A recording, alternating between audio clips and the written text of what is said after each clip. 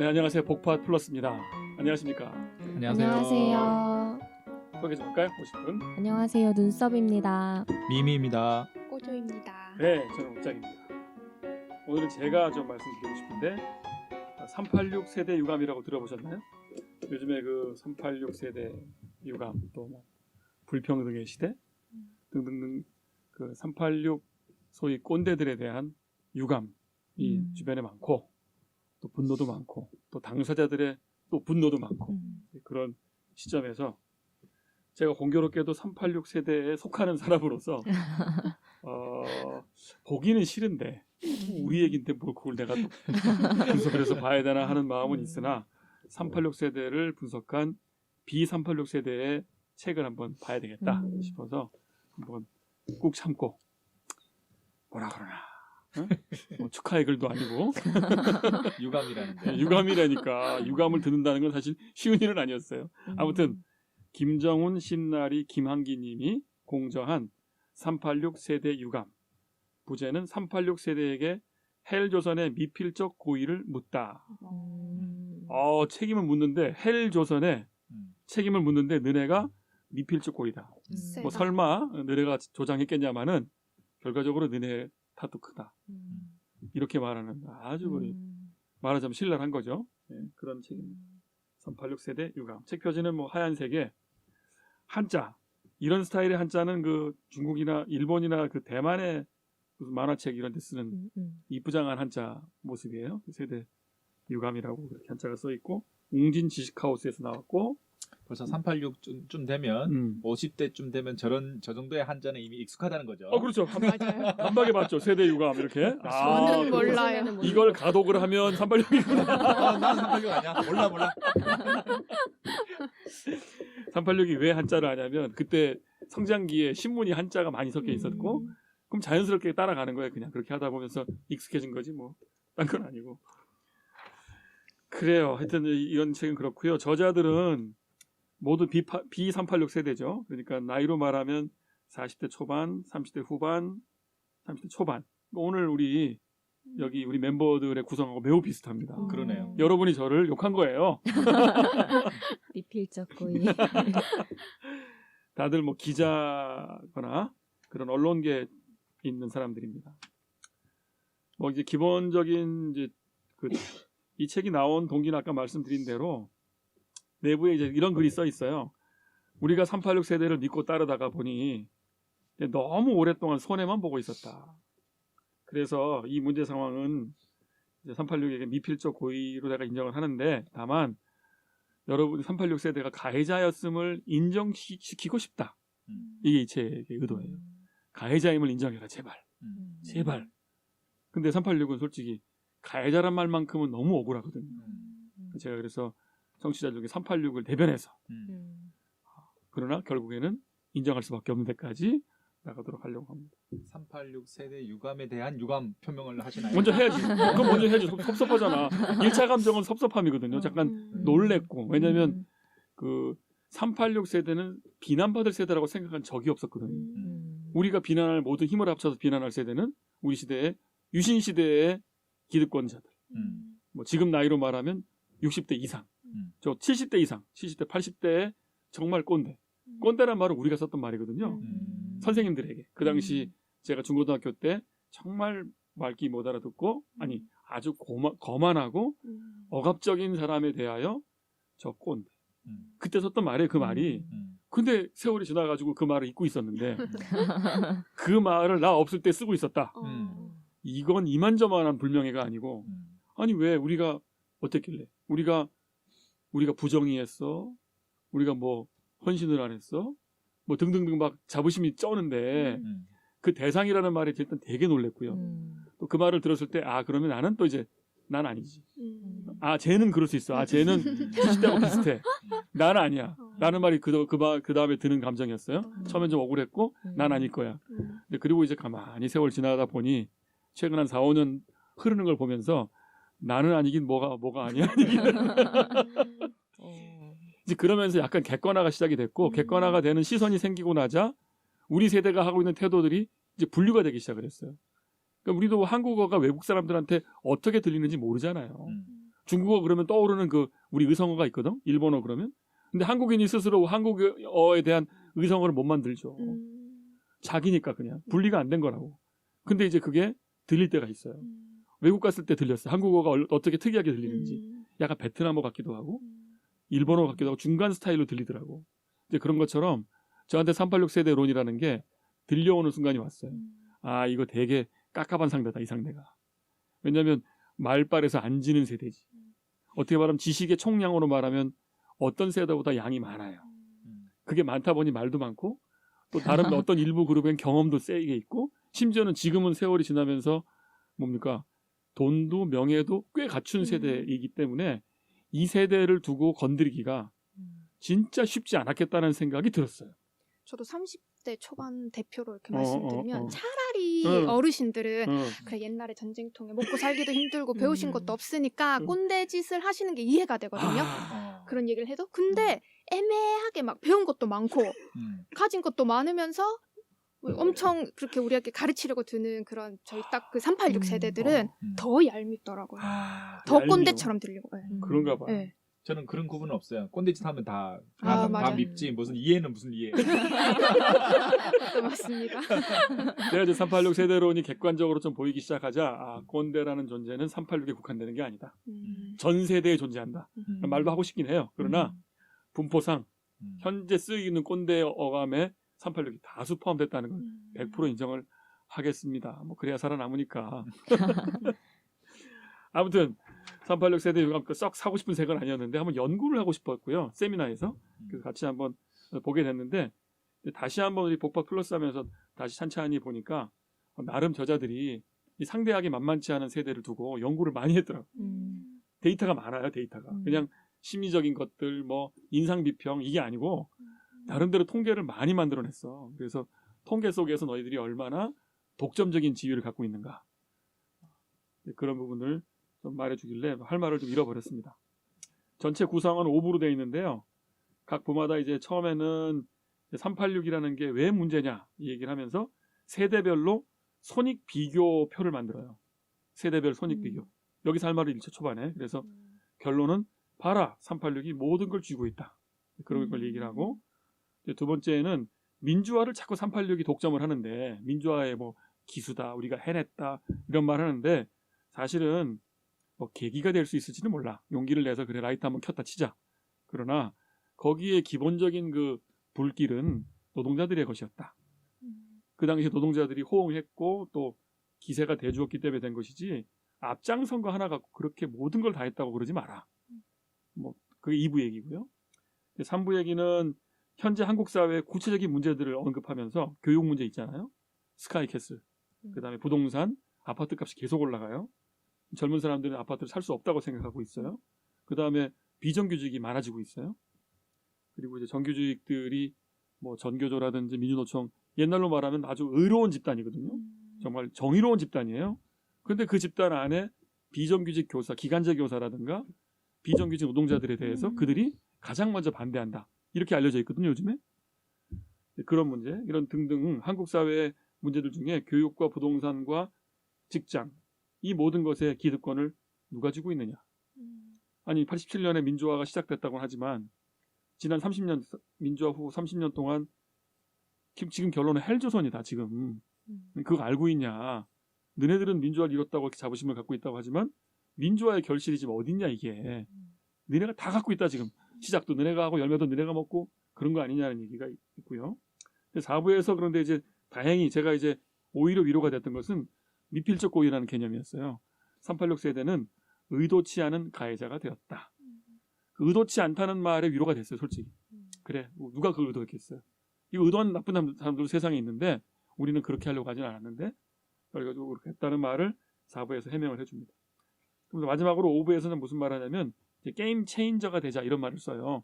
아예 게임의 판을 바꿔야지 지금 벌어지고 있는 이 독점적 구조 안에서 문제 해결되기는 어려울 것 같다. 그러면서 이제 게임판을 아주 바꾸고 세대 그 386 세대가 모든 부를 독점하지 말고 제발 좀 함께 나아가자. 그러면서 쓰는 이제 멋진 표현이 뭐냐면 386 세대는 염치와 배려가 있는 지원군이 되어달라.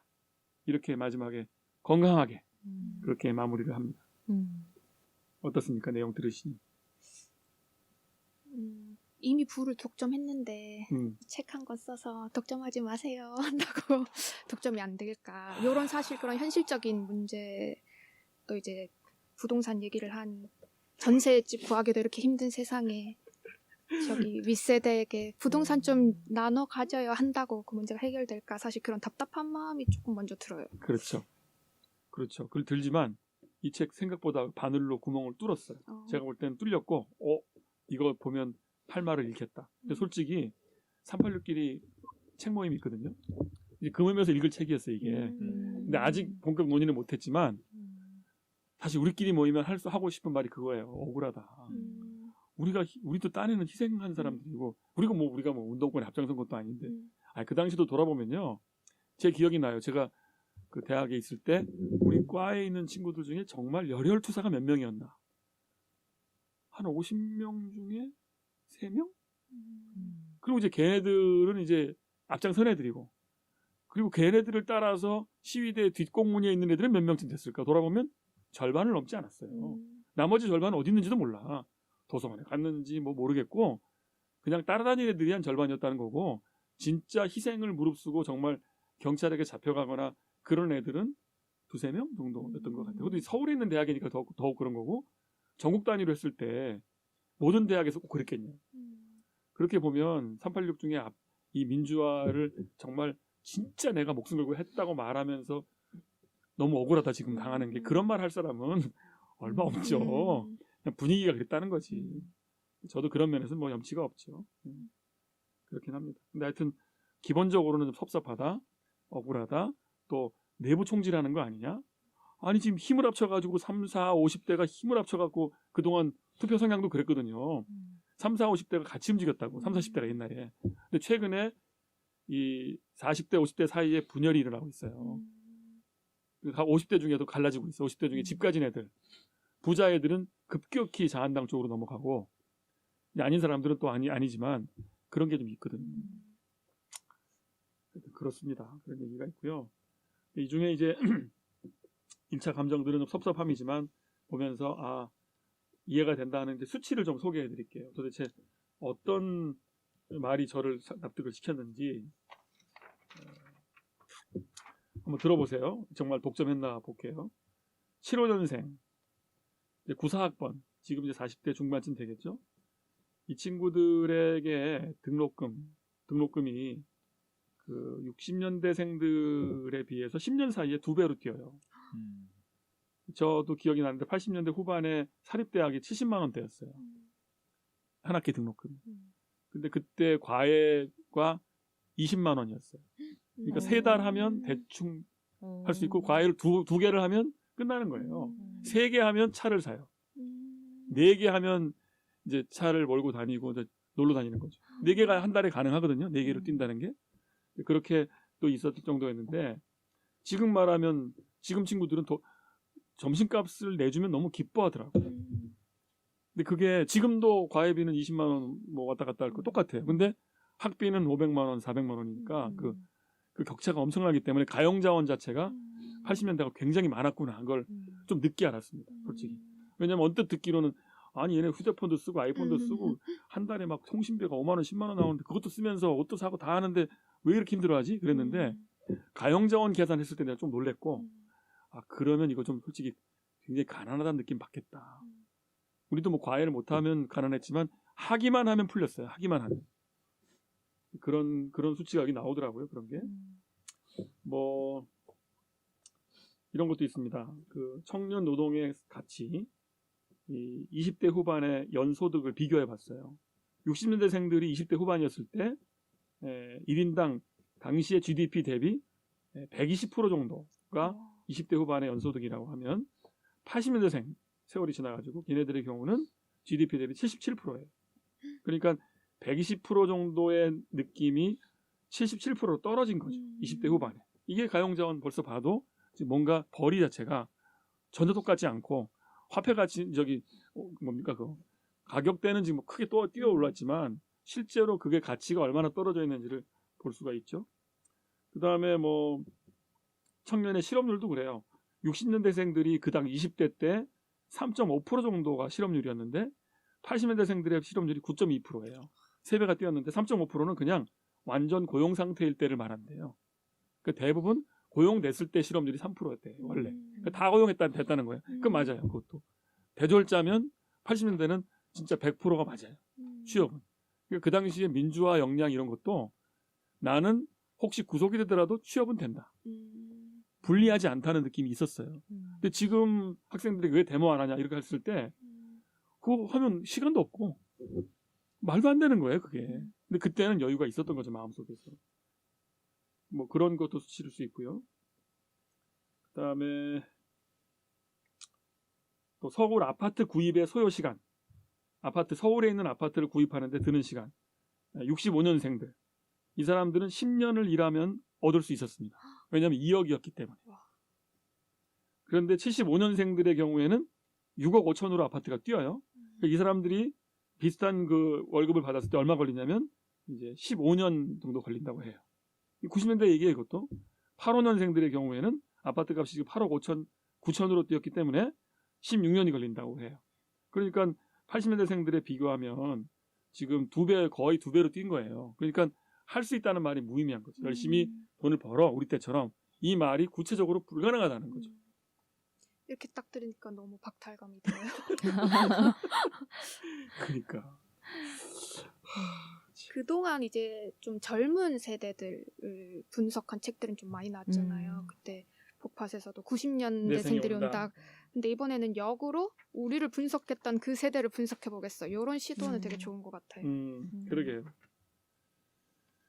하여튼 이런 게 문제입니다. 그러니까 이미 이제 게임에서 솔직히 여기서 설득이 됐고요. 구체적으로 나와주니 할 말이 없다. 그리고 너무 행운이 있다는 얘기를 해요. 여기서도. 386이 그렇다고 눈에 혈안이 돼가지고 부자가 되려고 한 건 아니거든요. 그런데 외환위기가 굉장히 컸어요. 외환위기라는 게 97년, 8년에 일어난 일인데 그것 때문에 대기업에서 다 잘렸거든. 근데 잘린 자가 누구냐? 386이 아니었어. 386은 그때 뭐였냐? 신입사원이었습니다. 신입사원 안 잘려요. 누가 잘리냐? 그 당시에 위에 있던 그 아저씨들. 월급 많이 받는 네, 사람들. 많이 받는 사람들이 먼저 날아갔어요. 그러면서 공백이 생겼는데 그 자리를 누가 채우느냐? 386이 채운 거예요. 그리고 신규 사원들을 안 뽑아요. 그러니까 회사 내에는 386만 있는 거야, 그냥. 그러니까 높은 자리도 계속 유지하는 거죠. 보통은 그래서 그 고위직에서 한 10년 정도를 머물면 떠나는 게 흔한 세대들의 교체 주기인데 2배를 머물고 있다는 거예요, 지금까지. 그러니까 18년을 머문대요, 평균적으로. 그러는 사이에 아래 애들은 못 올라오고 위에는 나갔고. 그러니 386이 독점할 만한 확률이 높죠. 책임이 있네요. 네. 그게 있더라고. 외환위기 때 살아남은 거야. 용케. 그 칼날을 피했어요. 그래서 386이 너무 많이 혜택을 받고 이제 90년대생들이 그 자리를 못 들어온 거죠. 시험 나는. 어때요? 맞아요? 그 피해가 92예요? 93, 94.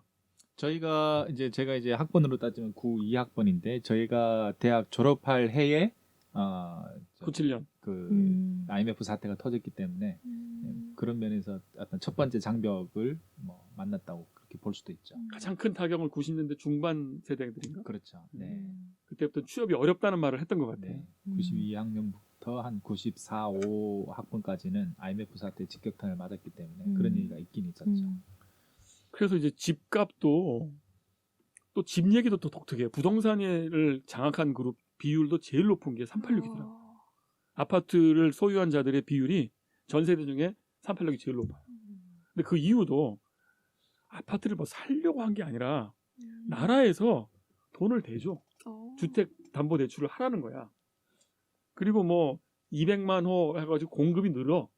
공급이 느는 통에 그 주택값이 한동안 안정기에 들어섰을 때 주택을 취득할 수 있는 확률이 높아졌었고 수도권 집중현상 때문에 서울 쪽이 가격이 올라가고 있었고 그 몇 박자가 맞는 자리에 386이 있었고 그 다음에 사교육 시장이 열려버렸어요. 근데 386들이 또 아는 게 많아.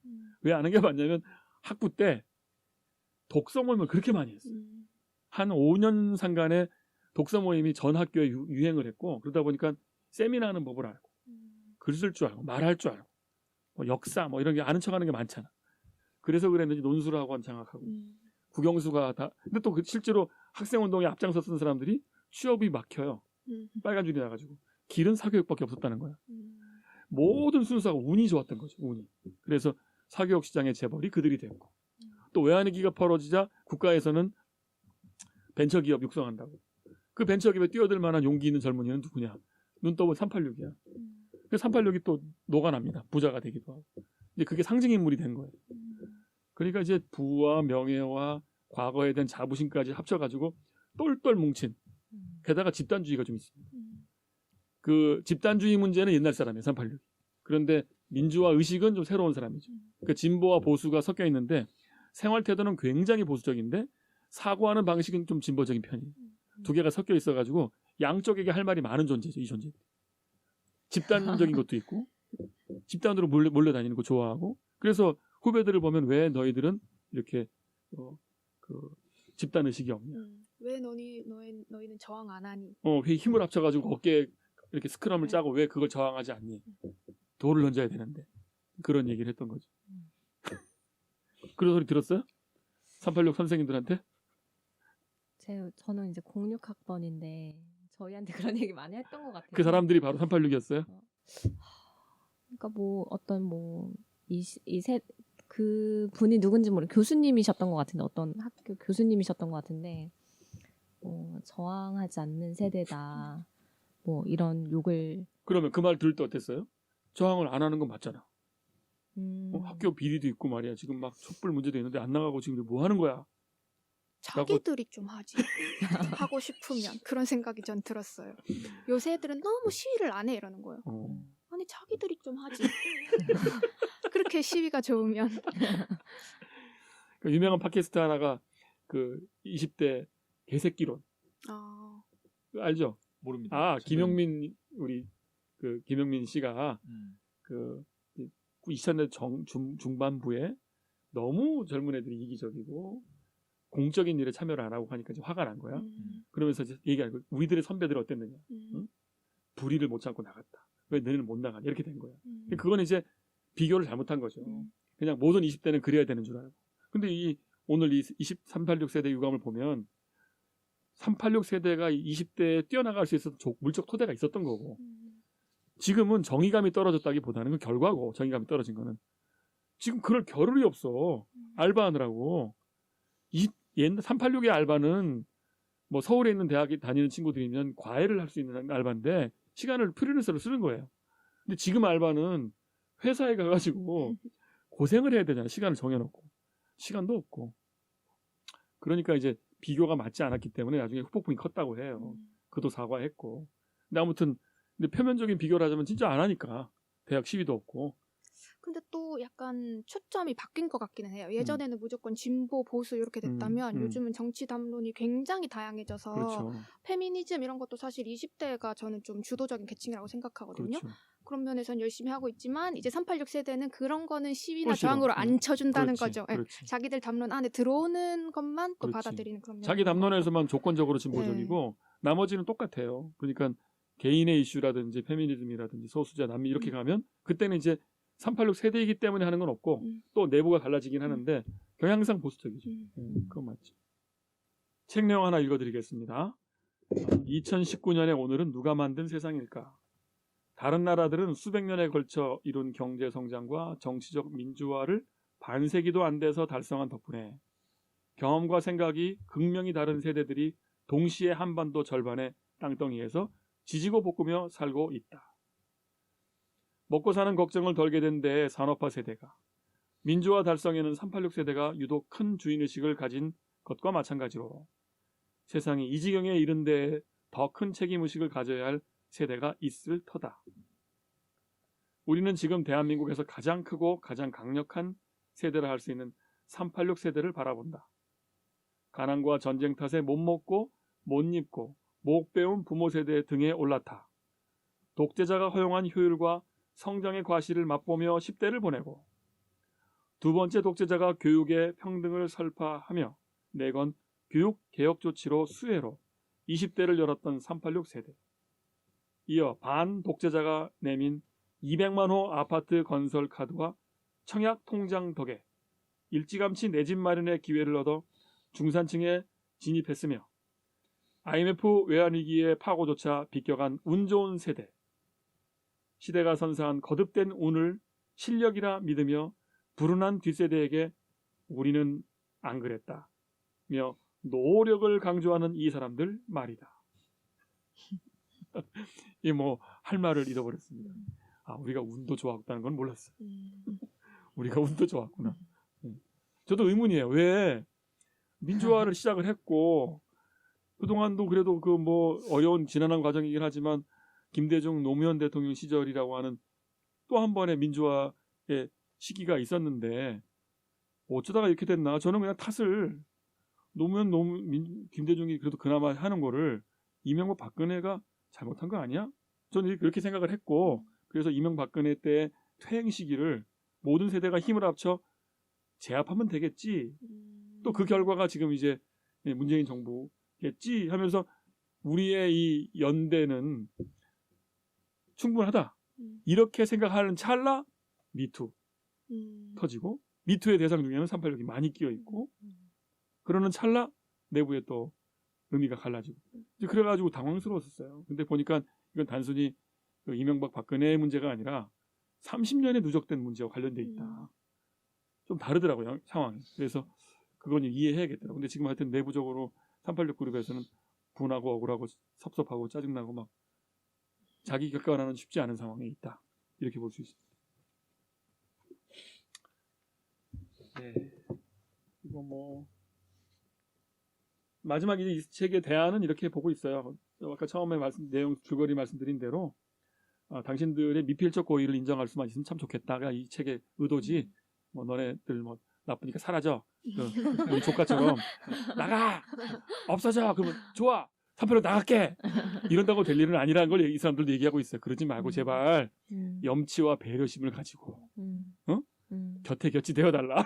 근데 사실 배울 점이 많은 세대인 것 같기도 해요. 그러니까요. 굉장히. 전수할 것도 있긴 있거든. 그래서 홧김에 그럼 이렇게 해서 대화 단절하고 좋아. 우리 그렇게 싫다면 확 꺼져줄게. 이런다고 될 일은 또 아니잖아요. 왜냐하면 이 책에도 나오는데 고맙게도 비교를 해주기를 유럽에도 이런 유사한 세대가 있어요. 68 세대. 일본에도 있어요. 전공투 세대. 이런 그룹이 있는데 왜 한국의 386이 좀 다르냐면 68 세대나 일본의 전공투 세대는 저항을 한번 세게 했는데 실패해요. 그들이 불을 한번 붙이다가 불이 안 붙어요. 근데 이 사람들이 지금도 글 쓰는 사람들이 지금 나이가 60대, 70대 유럽이나 일본에 있는 이제 많이 하는 그룹이 있거든요. 책도 많이 보고. 근데 이 그룹들이 386과 같은 한국의 386과 같은 기득권을 못 누리고 있어요. 그냥 지식인들 층이지. 근데 한국은 그걸 지식인도 갖고 있고 부도 갖고 있어요. 다른 세대들하고 이 세대. 어쨌든 책임을 가지고 이 부를 나눠줄 수만 있다면 기회를 제공해 줄 수만 있으면 놀라운 세대 연합도 일어날 수 있다. 저는 오히려 그런 희망도 받고 그러려면 우선 먼저 우리가 미필적 고의의 가해자였음을 386 여러분 저도 동의가 됐습니다. 가해자였음을 인정만 한다면 그분이 그렇게 미워하는 우리 후배들이 다른 눈으로 바라볼 수 있을 것이다. 뭐 그런 희망도 좀 받습니다. 이상해 잘못했어요. 미안해요. 뭐 소감 이상 자아 비판이었어요. 어떻게 B386 어떻게 생각해? 소감 한마디씩 하고 마치죠. 네, 이렇게 좀 인정해 주시고 받아주는 부분이 있으면 또 그 안에서 좀 새로운 대화를 해갈 수 있지 않을까 이런 생각을 했어요. 고조님. 뭐 저희 사실 모든 세대 뭐 모든 성별마다 뭐 문제점이 없는 곳은 없잖아요. 근데 그냥 이렇게 담론이 나왔다는 것만으로도 굉장히 반갑고 조금 더 이제 예전에 그 양극단의 이데올로기에서 조금 벗어나서 정말로 민주주의, 정말 여러 계층의 사람들이 서로 자기 목소리를 낼 수 있는 시대가 왔으면 좋겠다 이런 바람이 있습니다. 아, 제가 만약에 이 문제의 환자라면 환자 곁에 누가 있냐면 90년대 학번들이 있어요. 이 친구들은 386을 대체로 좋아하는 세대예요. 경향상. 그냥 동생으로 자기들을 위치시키더라고. 이 책도 그래요. 이러다가 50이 돼도 아프겠다. 아프니까 청춘이다 그 있잖아. 영원히 아프겠다 이러다가. 슬퍼. 이제 그걸 이제 곁에 계시는 이제 2000년대 학번들 도와주면 좋은데 어때요? 곁에 있었던 간병인. 저도 뭐 여러 가지 생각이 듭니다. 여기서 말하는 많은 것들을 뭐 저도 뭐 직간접적으로 제 주변에 많은 사람들 보면서 동의하는 지점도 있고, 또 방금 고조님께서 얘기한 것처럼 모든 개인과 모든 세대는 또 그들만의 또 문제나 또 그들이 처한 상황이 있으니까 그걸 막 일반에서 어느 세대는 마치 선인 것처럼 어느 세대는 악인 것처럼 그렇게 단순화할 수는 없을 거라고 생각은 들고요. 이 마지막 그 말이 저는 참 좋게 들렸어요. 염치를 아는 것. 그래서 뭐 386 세대도 그렇지만 또 저를 포함한 또 우리 각자가 처한 상황에서 뭐 하여튼 염치를 아는 뭐 그렇게 살면 좋겠다는 생각이 듭니다. 진짜 뭐 어쨌든 그 해법을 주긴 한 것 같아요. 그냥 마냥 싫다고 한 게 아니라 염치 좀 알고 가해자임을 인정할 수만 있으면 대화는 시작될 수 있다는 식의 얘기가 아 그렇구나 하는 걸 느낄 수 있었습니다. 네 이렇게 해서요 386 세대 유감 함께 다뤄봤습니다. 감사합니다. 감사합니다. 감사합니다.